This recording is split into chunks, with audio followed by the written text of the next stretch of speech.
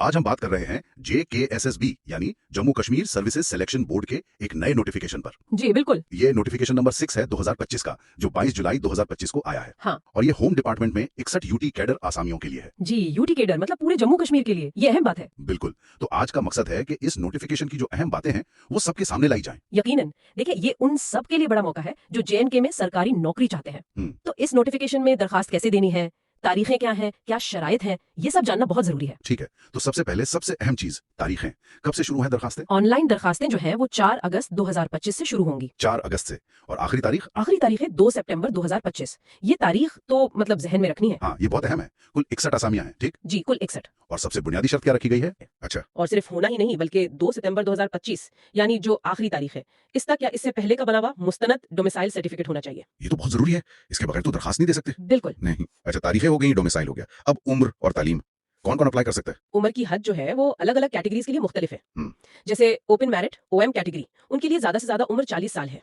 40 साल? जी, यानी पैदाइश 1 जनवरी 1985 से पहले ना हो और 1 जनवरी 2007 के बाद ना हो। ठीक है। और रिजर्व कैटेगरीज के लिए जैसे SC ST वगैरह? जी, उनके लिए रियायत है। SC ST RBA EWS इन सब के लिए उम्र की हद 43 साल है। 43 साल। अच्छा।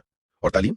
तालीम के लिए तो नोटिफिकेशन में एनेक्चर A है, इसमें हर पोस्ट के हिसाब से तफसील दी गई है। तो वो देखना पड़ेगा। जी बिल्कुल। और ये भी यकीनी बनाना है कि जो भी मतलूबा डिग्री या सर्टिफिकेट है वो 2 सितंबर 2025 तक आपके पास हो। और अगर किसी के पास मतलब इक्विवेलेंट क्वालिफिकेशन हो, मसावी काबिलियत? हाँ, ये भी एक अहम पॉइंट है। अगर कोई समझता है कि उसकी डिग्री मसावी है तो सिर्फ समझना काफी नहीं। अच्छा। उसे मुतालिका अथॉरिटी से बाकायदा एक सर्टिफिकेट लेना होगा कि हाँ, ये काबिलियत इस पोस्ट के लिए मतलूबा काबिलियत के बराबर है। वो सर्टिफिकेट साथ लगाना होगा। ये तो थोड़ा सा पेचीदा हो सकता है कुछ लोगों के लिए। जी, इसलिए पहले से तैयारी जरूरी है। बिल्कुल। अच्छा, अब फीस की बात करते हैं। कितनी फीस है और कैसे देनी है? फीस इस बात पर मुनसर है कि इम्तिहान 1 मरहले का है या 2 का। अच्छा। अगर 2 मराहिल हैं तो फीस 700 रुपए, लेकिन SC ST EWS और PWBDs यानी माजूर अफराद उनके लिए 600 रुपए। और अगर एक ही मरहला है? तो फिर फीस 600 रुपए है और इन मखसूस कैटेगरीज के लिए 500 रुपए। ठीक है। और अदायगी कैसे करनी है? सबसे अहम बात, अदायगी सिर्फ ऑनलाइन होगी, नेट बैंकिंग, क्रेडिट कार्ड या डेबिट कार्ड से। ये नहीं कोई बैंक चालान वगैरह नहीं? नहीं, बिल्कुल नहीं, सिर्फ ऑनलाइन। और ये फीस नॉन रिफंडेबल है, वापस नहीं मिलेगी। ये नोट करने वाली बात है, सिर्फ ऑनलाइन। अच्छा, अब इम्तिहान की तरफ आते हैं, वो कैसा होगा? इम्तिहान तो मारूजी किस्म का होगा, यानी ऑब्जेक्टिव टाइप। MCQs वाले? जी, मल्टीपल चॉइस क्वेश्चंस, और सारे सवालात सिर्फ अंग्रेजी जुबान में होंगे। सिर्फ अंग्रेजी? ठीक है। और कोई खास बात? जी हाँ, एक बहुत बहुत अहम बात, मनफी मार्किंग होगी। ओह, मनफी मार्किंग, ये तो खेल बदल देती है। बिल्कुल। हर गलत जवाब पर उस सवाल के जितने नंबर हैं उसका 1/4 यानी 0.25 मार्क्स काटे जाएंगे। तो मतलब तुक्केबाजी नहीं चलेगी? बिल्कुल नहीं, बहुत एहतियात से जवाब देना होगा। सिर्फ उन सवालों को करें जिनका यकीन हो, अंदाजे से नुकसान हो सकता है। ये वाकई तैयारी की हिकमत अमली पर असर डालेगा। अच्छा, नोटिफिकेशन में रिजर्वेशन का भी जिक्र है, वो कैसे लागू होगी? जी, रिजर्वेशन 2 तरह की है। एक वर्टिकल रिजर्वेशन है जो SC ST OBC वगैरह के लिए होती है, और दूसरी हॉरिजॉन्टल रिजर्वेशन है। ये इन कैटेगरीज के अंदर होती है, जैसे साबिक फौजियों यानी ESM या माजूर अफराद PWDs के लिए। ठीक है। तो उम्मीदवार को अपनी कैटेगरी का सही सर्टिफिकेट अपलोड करना होगा जो 2 सितंबर 2025 तक कारामद हो। और माजूर उम्मीदवारों के लिए कोई खास सहूलत? जी, PWDs के लिए मददगार यानी स्क्राइब और इजाफी वक्त की सहूलत भी है, लेकिन इसके लिए नोटिफिकेशन में जो तरीका दिया गया है उस पर अमल करना होगा। समझ गया। नोटिफिकेशन में ये बात बार बार दोहराई गई है कि हिदायत को बहुत गौर से पढ़ें और फॉर्म भरते वक्त एहतियात करें। जी, और ये बहुत जरूरी है। अक्सर छोटी सी गलती से दरखास्त रद्द हो जाती है। हाँ, ऐसा होता है। तो आखिरी तारीख का इंतजार ना करें, वक्त पर अप्लाई करें और हर चीज को 2 बार चेक करें। तो खुलासा ये हुआ कि मौका तो अच्छा है होम डिपार्टमेंट में नौकरी का, लेकिन तफसीलात पर बहुत ज्यादा ध्यान देना होगा। तारीखें, डोमिसाइल, सर्टिफिकेट्स, इम्तिहान का तरीका। बिल्कुल। आखिरी तारीख यानी 2 सितंबर तो बिल्कुल ना भूलें। अहलियत का म्यार चेक करें, सारे कागजात वक्त पर तैयार रखें, और हाँ, मनफी मार्किंग को जहन में रखकर तैयारी करें। हर कदम अहम है। जी बिल्कुल। आखिर में एक बात सोचने वाली है, जिस तरह नोटिफिकेशन बार बार फॉर्म ठीक से भरने और हिदायत पर अमल करने पर जोर दे रहा है, क्या ऐसा मुमकिन है कि ये भी एक तरह का टेस्ट हो? मतलब जो उम्मीदवार तरीकेकार पर सही अमल नहीं कर सकता वो शायद पहले ही फिल्टर आउट हो जाए। काबिलियत के साथ साथ कवायद पर अमल करना भी उतना ही अहम हो। ये बहुत दिलचस्प नुक्ता है। हो सकता है, क्योंकि सरकारी काम में तरीकेकार की पाबंदी बहुत अहम होती है, तो ये बिल्कुल मुमकिन है कि ये भी जांच का एक हिस्सा हो। बिल्कुल, ये बात उम्मीदवारों को जहन में रखनी चाहिए। हमारे पास ये दस्तावेज है, इसमें आसामी का नाम, महकमा, पे स्केल यानी तनख्वाह का दर्जा, क्या काबिलियत चाहिए, इंतखाब कैसे होगा, और हाँ, कैटेगरी के हिसाब से कितनी सीटें हैं, सब कुछ है। तो मकसद ये है कि इसमें से अहम बातें निकालकर उन लोगों तक पहुंचाएं जो नौकरी ढूंढ रहे हैं। चलें देखते हैं इसमें क्या खास है। अच्छा, सबसे पहले बात करते हैं फोरेंसिक साइंस लैबोरेटरी की, FSL। यहाँ 3 तरह की पोजीशंस हैं। पहली है असिस्टेंट साइंटिफिक ऑफिसर, केमिस्ट्री और टॉक्सिकोलॉजी वाली। ये होम डिपार्टमेंट के तहत है। पे स्केल लेवल 6E है, जो आप कह लें तकरीबन 35,900 से 1,13,500 रुपए महाना बनता है। जी हाँ, ये फोरेंसिक साइंस के शोबे में एक अच्छी शुरुआती तनख्वाह है। बिल्कुल।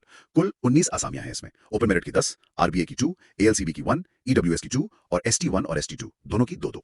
और ये यूजी केडर की पोस्ट है, यानी जम्मू कश्मीर में कहीं भी पोस्टिंग हो सकती है। जी बिल्कुल। और काबिलियत की बात करें तो देखें, यूजीसी से मंजूर शुदा यूनिवर्सिटी से मास्टर्स डिग्री चाहिए, केमिस्ट्री, बायोकेमिस्ट्री, फार्माकोलॉजी या फिर फोरेंसिक साइंस में, और कम से कम 50% नंबर लाजमी है। अच्छा, और सिलेक्शन कैसे होगा? सिलेक्शन का तरीका काफी सीधा है, सिर्फ तहरीरी इम्तिहान होगा, OMR बेस्ड यानी मल्टीपल चॉइस सवालात वाला, और जो इस इम्तिहान में मेरिट बनेगा बस उसी की बुनियाद पर इंतखाब होगा। यहाँ एक अहम बात है, एक सरकारी हुक्मनामा है SO 36, ये 14 फरवरी 2025 का है। इसके तहत इस पोस्ट के लिए कोई इंटरव्यू नहीं होगा। ओह अच्छा, मतलब सारा जोर तहरीरी इम्तिहान पर। ये तो दिलचस्प है। ठीक है। इसी लैब में यानी FSL में दूसरी पोस्ट है असिस्टेंट साइंटिफिक ऑफिसर की, डॉक्यूमेंट्स वाली। ये भी लेवल 6E तनख्वाह, UT कैडर, लेकिन इसमें असामियां कम है, सिर्फ 5। ओपन मेरिट 2, RBA 1, EWS 1 और ST1 के लिए 1। जी हाँ, और इसके लिए काबिलियत थोड़ी मुख्तलिफ है। फिजिक्स, केमिस्ट्री, कंप्यूटर साइंस या फॉरेंसिक साइंस में मास्टर्स डिग्री वही 50% नंबरों के साथ। और इंतखाब का तरीका बिल्कुल वही है, सिर्फ तहरीरी OMR इम्तिहान की मेरिट। और ये पोस्ट भी इसी SO 36 के तहत इंटरव्यू से मुस्तस्ना है, मतलब इसमें भी इंटरव्यू नहीं है। ठीक, फॉरेंसिक लैब में एक तीसरी किस्म की पोस्ट भी है, assistant scientific officer crime scene, वही लेवल 6E तनख्वाह, UT कैडर, लेकिन यहाँ आसामियां काफी ज्यादा हैं, कुल 23 हैं। 23? वाकई? जी हाँ, 23। Open merit 10, RBA 2, ALCIB 1, EWS 2, ST1 2 और ST2 की 6 हैं। ये तो वाकई काफी तादाद है। बिल्कुल, इसे लगता है कि शायद क्राइम सीन इन्वेस्टिगेशन पर ज्यादा जोर दिया जा रहा है। इसके लिए सिर्फ फोरेंसिक साइंस में मास्टर्स डिग्री चाहिए। और इंतखाब? तरीका वही है, OMR इम्तिहान की मेरिट, लेकिन यहाँ एक फर्क है। इस पोस्ट के लिए इंटरव्यू से इस्तिस्ना एक दूसरे SO के तहत है, SO 18-3, जो 1 जुलाई 2025 को जारी हुआ। अच्छा, यानी SO नंबर मुख्तलिफ है यहाँ। जी, ये नोट करने वाली बात है। चलें, फोरेंसिक से हटकर अब जेल के महकमे की तरफ आते हैं। प्रिजन्स डिपार्टमेंट, यहाँ असिस्टेंट सुपरिटेंडेंट जेल की पोस्ट है। पे स्केल लेवल 6D है, यानी 3570 से 1,13,100, थोड़ा सा कम है 6 है। जी, मामूली सा फर्क है। ये भी UT कैडर की है और कुल 13 आसामियां हैं। OM7, RBA 1, ALCIB 1, EWS 1, ST1 1 और ST2 2। इसके लिए क्या काबिलियत रखी गई है? देखें, इसके लिए ग्रेजुएशन तो चाहिए ही, किसी मंजूर शुदा यूनिवर्सिटी से, लेकिन साथ में सोशल वर्क, सोशियोलॉजी या क्रिमिनोलॉजी में पोस्ट ग्रेजुएट डिप्लोमा भी जरूरी है। अच्छा, डिप्लोमा भी? जी, और यहाँ एक और चीज है, इंतखाब सिर्फ तहरीरी इम्तिहान पर नहीं है, उम्मीदवारों को फिजिकल स्टैंडर्ड टेस्ट यानी जिस्मानी मेयार का टेस्ट भी पास करना होगा। ओह, फिजिकल टेस्ट भी है? क्या म्यार है? मर्दों के लिए कम से कम कद 5 फुट 6 इंच और छाती 32 से 33.5 इंच, और खवातीन के लिए कद 5 फुट 2 इंच और जिस्मानी तौर पर फिट होना लाजमी है। समझ गया, तो इसमें जिस्मानी अहलियत भी बहुत अहम है। बिल्कुल, और हाँ, ये पोस्ट भी SO 36 के तहत इंटरव्यू से मुस्तस्ना है। अच्छा, इसी महकमे में यानी प्रिजन्स में एक और पोस्ट है कंप्यूटर असिस्टेंट की। इसका पे स्केल कम है, लेवल 4 है, 25,500 से 81,100। UT कैडर की है, लेकिन सिर्फ एक ही आसामी है, और वो भी ओपन मेरिट की। जी, सिर्फ एक। उसके लिए ग्रेजुएशन के साथ कंप्यूटर IT या BCA में 1 साल का डिप्लोमा चाहिए, या फिर AICTE से मंजूर शुदा इदारे से कंप्यूटर एप्लीकेशंस या सॉफ्टवेयर एप्लीकेशन में 3 साल का डिप्लोमा हो। और इंतखाब? इंतखाब सिर्फ तहरीरी OMR इम्तिहान की बुनियाद पर। इसमें इंटरव्यू का क्या है? दिलचस्प बात यह है कि इस दस्तावेज में इस पोस्ट के लिए इंटरव्यू से इस्तिस्ना का कोई जिक्र नहीं मिलता, तो शायद इसमें हो या वाजे नहीं है। ठीक है, और फहरिस्त में आखिरी पोस्ट है लेबोरेटरी अटेंडेंट की। ये वापस फोरेंसिक साइंस लेबोरेटरी में है। पे स्केल काफी बुनियादी है, लेवल SL2, यानी 15,900 से 50,400। UT कैडर की 3 आसामियां हैं, ओपन मेरिट 2 और RBA 1। जी, ये बिल्कुल एंट्री लेवल पोस्ट लगती है। इसके लिए काबिलियत भी बस 10+2 है, साइंस मजमून के साथ, किसी तस्लीम शुदा बोर्ड से। और इंतखाब? इंतखाब यहाँ भी सिर्फ तहरीरी OMR इम्तिहान की मेरिट पर। और इंटरव्यू? कंप्यूटर असिस्टेंट की तरह यहाँ भी इंटरव्यू से इस्तिस्ना का जिक्र नहीं है। तो अगर हम इन सब आसामियों का खुलासा करें, क्या अहम बातें सामने आती हैं? देखिए, चंद मोटी मोटी बातें हैं। पहली तो ये कि ज्यादातर पोस्टों के लिए, खास तौर पर जो साइंसी या इंतजामी नौयत की हैं, उनमें इंतखाब का सारा दारोमदार तहरीरी इम्तिहान पर है, OMR बेस्ड। दूसरी बात, कई अहम पोस्ट है जैसे असिस्टेंट साइंटिफिक ऑफिसर्स और असिस्टेंट सुपरिटेंडेंट जेल, इनको खास सरकारी हुक्मनामों यानी SO 36 और SO 183 साल 2025 के इनके तहत इंटरव्यू से मुस्तस्ना रखा गया है। हाँ, ये एक बड़ा रुझान लग रहा है। जी, लगता है भर्ती का अमल तेज करने की कोशिश है। तीसरी बात ये कि मुख्तलिफ सतह की नौकरियां हैं, मास्टर्स डिग्री से लेकर 10+2 तक की तालीम वालों के लिए मौका है, और चौथी, असिस्टेंट सुपरिटेंडेंट जेल जैसी पोस्ट के लिए जिस्मानी मेयार की इजाफी शर्त भी है, ये भी अहम है। तो ये था इस सरकारी दस्तावेज एनेक्शर A में जो नई नौकरियां बताई गई हैं, उनका एक जायजा। जम्मू और कश्मीर में जो लोग सरकारी नौकरी की तलाश में हैं, उनके लिए ये यकीनन काफी अहम मालूमात है। बस ये याद रखना जरूरी है कि मुकम्मल तफसीलात,